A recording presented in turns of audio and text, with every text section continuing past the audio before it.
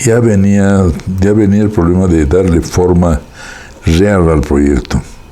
Ya primero todo el mundo se olvidó de todas las otras cosas. Por ejemplo, fertilizantes ya estaba acordado en la reunión de Cochabamba, en la inicial, ¿no? Había el compromiso de Brasil de comprarnos 200.000 toneladas de urea al año a precio internacional, que ahorita nos vendría. Yo me he cansado de recordarle al gobierno, pero el gobierno o no lo entiende o no quiere, o el Brasil ya no le da la gana, en fin, pero se ha perdido ese cosa, ¿no? Bueno, entonces así habían cosas ya, pero como del acero, del cemento también estaba acordado todo. No, pero ya todo se concretó al gasoducto. El resto, el gobierno, los gobiernos ya no querían tocar ni hablar. El gasoducto sí. Y claro, tenía pues todos los visos de ser realidad, porque estaban pues Petrobras y Yacimientos, ¿no? Eran dos gigantes que querían hacer una obra, ¿no? Entonces fue avanzando el proyecto cada vez más. El problema era darle cómo financiar el proyecto. Ese era el primer gran problema. Pero haciendo números era financiable, ¿no? De todas maneras. El problema ahí era cómo armar corporativamente el asunto. Y ahí surge un tema que no se ha tocado en la prensa. No, se ha tocado pero así, pero no está registrado en ninguna historia resumida o larga que he visto del gasoducto. Es obviamente para tratar de armar el paquete financiero. Ambos recurrimos al Banco Mundial. Había el antecedente del Banco Mundial, que el único proyecto petrolero que ha financiado el Banco Mundial ha sido el gasoducto a la Argentina. Recordarás que te dije eso, y que se lo cumplió a la perfección después de la nacionalización. Entonces, recurriendo a ese precedente, quisimos que el Banco Mundial pues cuando en la banca internacional, cuando el Banco Mundial dice que está bien, que le parece bien, la banca se suma rápidamente, ¿no? Entonces, nos lanzamos ahí. Pero lo que no sabíamos era que el Fondo Monetario y el Banco Mundial estaban muy descontentos con Brasil. El Banco Mundial cometió un error a nuestro favor, que lanzó unas cartas al gobierno brasileño, donde prácticamente le decían en términos gruesos, ¿no? Ustedes están matando la contaminación. El gas es la solución. Para que tengan gas hay que tener ese gasoducto y esos campos desarrollados. Y para que se pueda hacer eso, es vital la cooperación económica internacional que nosotros podemos darle al proyecto, siempre y cuando ustedes como país se comprometan a hacer estos recortes y a hacer un programa de ordenamiento fiscal en el país, en su país. Yo estuve ahí, eso fue muy simpático, ¿no? No diré cuando recibí la carta, sino a las semanas de que salió la carta, ¿no? Cuando fui a verlo el ministro de Petróleo del Brasil, y me recibió con el ministro de Economía. Carlos, ¿ha visto usted esto? He oído algo. Lea. Veme, esos infelices del norte creen que no tenemos plata. Nosotros vamos a financiar el proyecto, que se vayan al diablo. Así fue la reacción. Está bueno. Esa fue la reacción.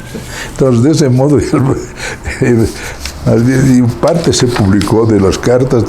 Era un escándalo del Banco Mundial. Entonces, tuvimos ahí que definir ya cómo íbamos a hacerlo. Primero, el gasoducto. Discutimos tres posibilidades.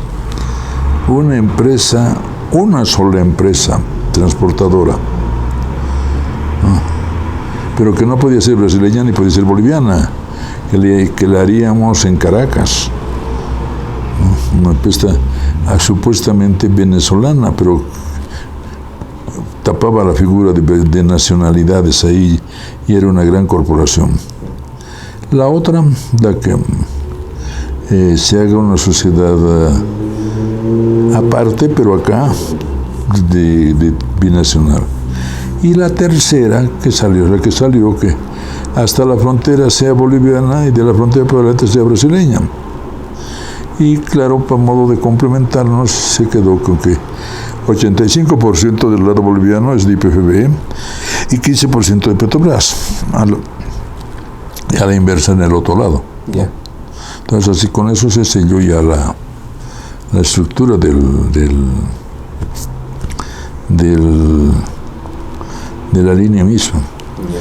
Entonces ya venía la gran discusión sobre el volumen, cuánto. Se manejaban toda clase de cifras y hasta que Petrobras tendría que revisar, pero en el lado brasileño se armó un gran proyecto de consultoría suscrito, cualquiera puede reunirse ahí poniendo $2 millones para poder tener acceso a los resultados del gasoducto, del estudio. Y el estudio era para decir, Brasil puede consumir tanto gas ahora, tanto de acá a 5 años, tanto de acá a 10, tanto a 20, y qué caminos puede tomarse. Eso era para cuantificar la demanda.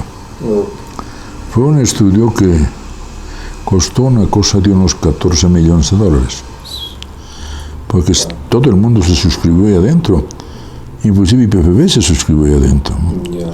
Porque se quería tener los datos, ¿no? Y él estaba claro en ese estudio que Brasil ese rato podía tomar 2 millones de metros cúbicos y que en 5 años podría tomar 5 millones de metros cúbicos. Se podría llegar a unos 10, 12 en otros 5 años más. Y que muy a lo lejos se podía ver unos 20 millones de metros cúbicos por día.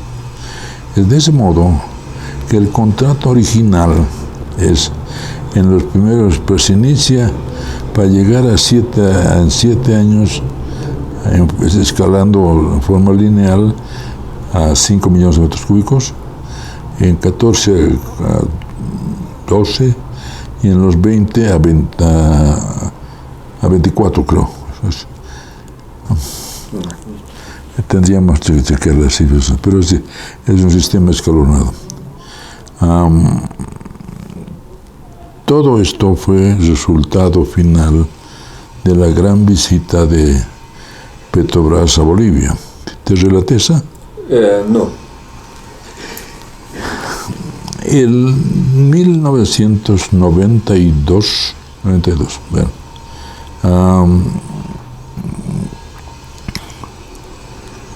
y faltando se tenía que notificar a Petrobras, a Gas del Estado, que se iba a hacer, ¿no? Con 6 meses, 8 meses creo, midiendo muy cuidadosamente el tiempo. El Brasil hizo una visita espectacular a Bolivia. Fue por la única vez, y yo creo que va a ser por mucho, mucho tiempo, que en el Alto habían 90 jets ejecutivos parqueados. Porque se vino toda la empresa privada brasileña, más Petrobras, más EN, más el equivalente de ENDE, que se llama Electrobras. Ahí vinieron, fue la muestra de interés más grande que de un país hacia otro, ¿no? Vino con la agenda de hacer una agenda con YPFB para acordar lo que te estoy contando, ¿no? Para acordar el recorrido de los y fue un memorándum de 3 puntos. Uno, que Bolivia tiene deseo de interés a venderle al Brasil y que a Brasil le interesa comprar el gas. 2, que a Bolivia le interesaría que Petrobras entre a explorar en el país. Y 3, que Petrobras pedía que le den la oportunidad de entrar al mercado también. Punto. Fue tan grande la presencia brasileña que habían almuerzos, cócteles, era un relajo. Pero era un relajo que lo aprovechó Petrobras. Lo aprovecharon Petrobras y Yacimientos muy claramente, con mucho cuidado y con mucho sigilo. Ellos firmaron un documento. El resto de las empresas, como que último momento hubo un problema en la delegación brasileña, ¿no? Porque, son las 5 de la tarde. Porque Petrobras sacó, dijo, aquí está. Y el resto dijo, ¿dónde estamos? No, bueno, en fin. Pero esa fue la base. Sobre esa base avanzó Gerber, avanzaron todos. Sobre esa base, ¿no? Porque eso decía claramente, era el gran derrotero, ¿no? Se elaboró el gasoducto, se cambió la ley de hidrocarburos. Primero se hizo la capitalización de IPFB y después se modificó la ley de hidrocarburos para poder atraer capital, ¿no? Y que Petrobras entre. Y eso dio la suficiente materia, eso dio la masa crítica privada para que se descubran reservas. Porque cuando capitalizamos el PFB, ¿no? Teníamos 4 millones de TCFs, 4 TCFs, perdón, ¿no? Y lo hicimos 2 para Chaco y 2 para Andín. Así, no alcanzaba, ¿no? Pero había pues ya el antecedente geológico de que San Alberto había sido descubierto y que San Alberto podía representar toda una doctrina, no diré doctrina, toda una escuela para descubrir campos similares. Que así sucedió, pues los megacampos toditos son repetición de San Alberto, ¿no? Entonces, con eso la alentada de Petrobras fue violenta y de las otras compañías también. Donde no se llegó ha sido a la venta de gas de Petrobras en Bolivia. Era muy chica y eso quedó cuando más Petrobras hizo cargo de la refinería por un tiempo. Así es. ¿No? De ahí salió la cosa, primero con Color de Melo, donde me quedé, donde se firmó, y después ya con, ¿cómo se llama el presidente? Ya me he olvidado. ¿Cardoso? No, el anterior a Cardoso, Dutra, ¿no? Creo que sí. El anterior a Cardoso, ¿no? Porque Cardoso fue el que le dio el empuje ya. No, Cardoso, qué lástima que no estuvo, ¿no? Cardoso quería tener un Itaipú a gas en el Brasil, ¿no? Y se quedó a medias. Bueno, entonces con eso arrancó. Se armó el financiamiento, se armó más fácilmente. Vinieron las licitaciones. Petrobras pidió hacer el gasoducto llave en mano, como lo ha hecho llave en mano. Inclusive adelantó dinero para después, además. Nosotros en la Superintendencia de Hidrocarburos pusimos una supervisión muy férrea. Hicimos una licitación afuera y trajimos una consultora de primer orden de Inglaterra que fue para la seguridad de todos, ¿no? Porque Petrobras había tomado llave en mano, pero claro, no construía ella, construía con contratistas, ¿no? Entonces la supervisión superior que pusimos le servía a Petrobras internamente primero y nos servía a todos como obra, porque ¿en qué consiste la supervisión por lo general, ¿no? Las zanjas, en fin, esas cosas son muy estándar, ¿no? Lo importante es la soldadura entre tubos, porque cuando una soldadura está mal hay que cortarla y volver a soldar, ¿no? Eso cuesta un horror de dinero, ¿no? Lo primero que se hizo fue bien novel en este gasoducto. Es que se tajó toda la tubería y en vez de soldar tubo por tubo, se hicieron por pares. En un ambiente bien tranquilo, perfectamente estabilizado, se hicieron parejas. Y esa se llevaba a la obra.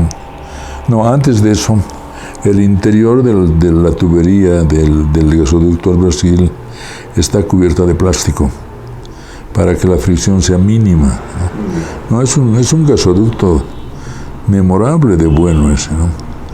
Entonces se hizo así, pasó la zona del Pantanal que parecía que iba a ser imposible por el daño ambiental. Es un gasoducto que es escuela de gasoductos en muchas zonas.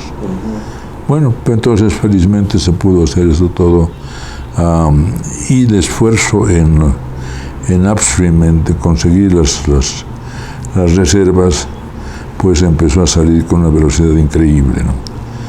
Ahí el que también jugó un gran papel es Decio Odone, actual equivalente a superintendente en el Brasil, de la ADN, ¿no? Él era presidente de Petrobras en Bolivia, ¿no? Entonces, él fue el primer convencido de decir, miren, nada de 7 a 12, vamos a 30 millones, que también nosotros planteábamos como posición negociadora. Ahí trajimos a Enron, pues. Entonces nosotros negociábamos con Enron, ¿no? Cosa que irritó mucho en el Brasil, muchísimo. Y irritó mucho acá también, no sé por qué. Como yo les decía físicamente, saben tenerlo a Enron a nuestro lado. Ha sido sentarnos con Petrobras, con nuestro gorila de 500 libras al lado, porque si no nos atropellaban, como nos atropellaban. No, fue muy, en esa parte fue muy incómoda. Porque tan pronto lo dijeron a Goni, el proyecto estaba ahí, estaba por hacerse, pero venía la gran duda de si se hace o no se hace. Entonces Petrobras inmediatamente hizo un seminario para cubrir la cosa, pero muy especialmente invitó a las autoridades bolivianas, entre ellas yo, para que nos pronunciemos sobre si vamos a continuar con el gasoducto. Yo me reuní con Goni y dije, mira, es así la cosa. No, me dijo, seguimos. Entonces, en esa ocasión fui y les dije, no, Bolivia va a hacer esto. Tiene el mayor interés. Y es tanto su interés que le planteamos quiero una reunión con el directorio de Petrobras. Porque queremos romper el círculo de estar en una mesa redonda, ustedes en un lado y nosotros en el otro. Queremos negociarlo como lo que somos en la realidad, como socios. No aceptaron. Si hicieron, la lavaron, pero no aceptaron el tema. La idea no entró. Y sabes, ahí en la reunión de directorio a la que yo estuve, recién se me hizo la luz. ¿Por qué Petrobras entró? Porque fue una reunión grande, donde yo expuse y demás. Entonces había, dentro del directorio, había no dentro, sino fuera, equivalente a Hugo Peredo, ¿no? Un negociador de Petrobras. Y el tipo fue muy claro, dijo, como hemos hablado muchas veces, Petrobras no podía estar al margen de este gran negocio. Este es un gran negocio, recibir gas al por mayor y venderlo al por menor y ser los únicos. Porque Petrobras, para poder hacer la operación, tuvo que fundar una cosa de 14 o 20 distribuidoras. Okay. Porque no habían. O sea, llegabas a un pueblo, a una ciudad y no había cómo meterle gas. Entonces tenía que tener por constitución tenía que haber una empresa distribuidora de gas. Entonces, Petrobras las formaba, ha formado unas 14, 20, con mayoría en toditas, ¿no? Entonces, era un negocio, es todavía, tú que estás bien sobre el tema, suave, empecé a averiguar cuánto ha ganado Petrobras de la operación. Ha ganado hartísimo, porque recibía 10 y la vendía 15, ¿no? ¿Comprendes? Sí, El beneficiario era Petrobras. así es.